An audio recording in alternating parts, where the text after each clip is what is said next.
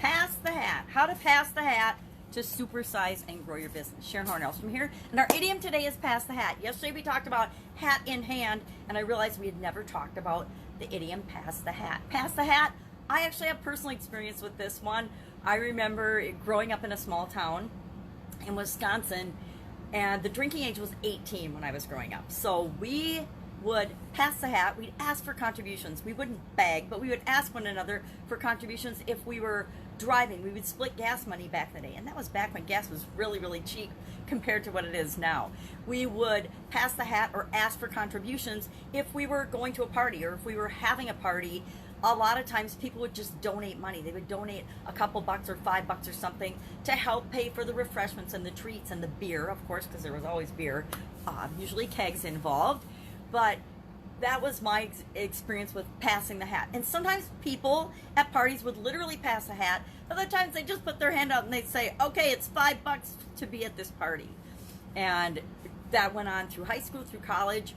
And I think it still goes on today. I think still people share expenses. It's like when you go out to eat and everybody splits the check. Not that we're doing a whole lot of that right now, but things like that.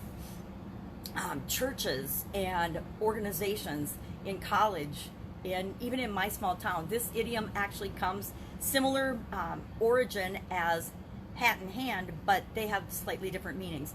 This idiom also comes, they suspect, from street minstrels, the literal practice of somebody to be performing on the street. You know, it could be a mime. People still do this today. Even in my little town during COVID, we have a park called Lakefront Park, and you'll see people performing down there, and they'll either have a hat sitting out for people to put donations in if you appreciate their craft, or they'll have a box or a case or a cup or something in order to get contributions. I mean, in our bigger cities around the world, we see people begging with cups or whatever kind of container or just their hand in order to get some of the resources that they need just to sustain their life. I didn't really see much of that until I went off to college, because I grew up in a very small town and we didn't really have any homeless people back then. Now I believe that we do, but we didn't back then. So I'd never seen a homeless person until I went to college. And that was my first experience with that. Interesting, learned a lot. But this idiom, how can we apply it to our business? What does it have to do with our businesses with respect to begging or asking for contributions? I think of three areas that come to mind. The first area is the area of investing. The second area is the topic of charities and who we associate ourselves with. And the third area is giving.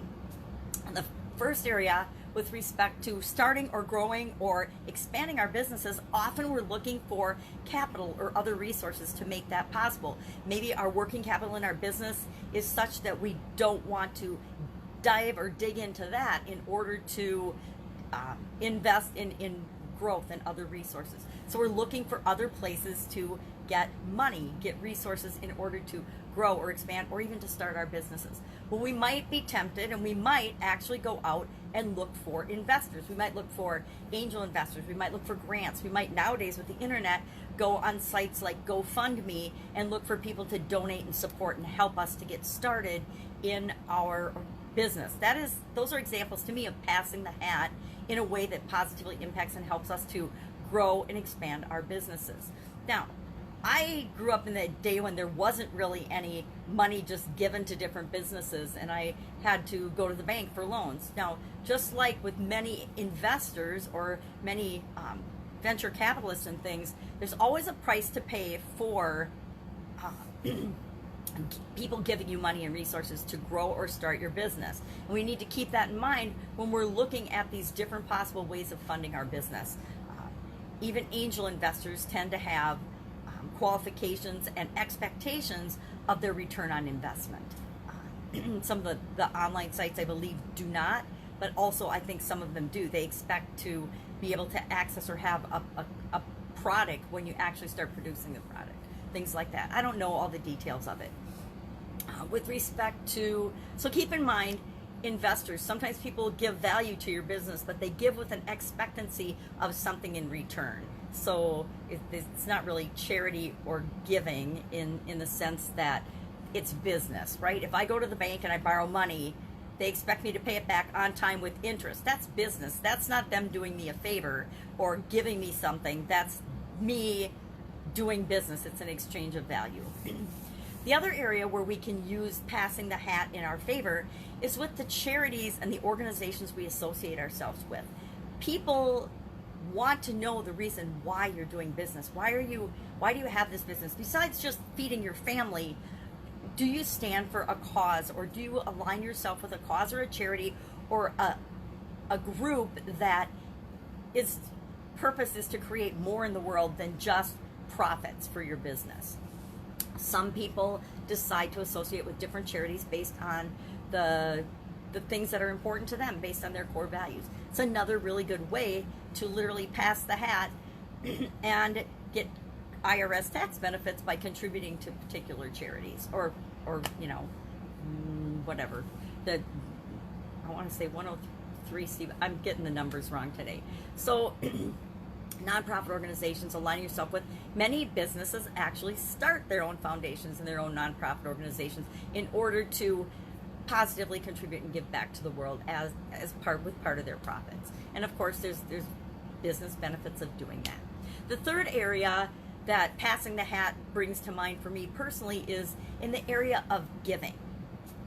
And I think the best way to do that as a business owner is to provide incredible value and in terms of products and services to your customers and to the relationships that you're involved in as a business owner.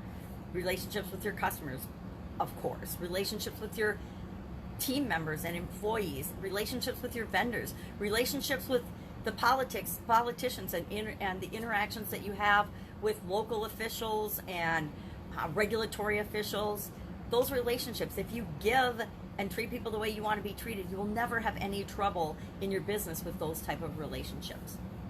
So give incredible value and service in everything that you do, not necessarily with the expectancy that that individual that you give value to will return the value. But whenever you put good out into the world, you get good back. That works in our lives as well as our businesses.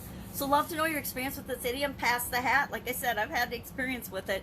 Have not done it with my businesses or with investing, but I have, like I said, when I was in my youth, we would share expenses. And we still do that. We partner with people in order to benefit both parties and grow our businesses all the time. Have an amazing day. I will be with you tomorrow with another interesting idiom. What does it mean? Where does it come from? And how might you use it in your business today? Take care.